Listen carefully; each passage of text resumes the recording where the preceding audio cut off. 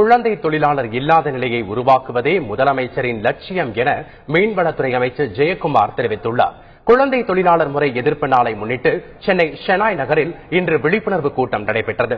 இதில் தமிழக அமைச்சர்கள் ஜெயக்குமார், பெஞ்சமின், நீலோஃபர் கபீல் உள்ளிட்டோர் கலந்து கொண்டனர். கூட்டத்தில் குழந்தை தொழிலாளர்களை முற்றிலுமாக எதிர்ப்போம் என உறுதிமொழி ஏற்கப்பட்டது. பின்னர் பேசிய அமைச்சர் ஜெயக்குமார், குழந்தை தொழிலாளர் முறையை ஒழிக்க தமிழக அரசு பல்வேறு முயற்சிகளை எடுத்து வருவதாக கூறினார். நம்முடைய குழந்தை தொழிலாளர் முறை முற்றிலுமாக ஒழிக்கப்பட வேண்டும் என்பது நம்முடைய அம்மாவுடைய லட்சியம்.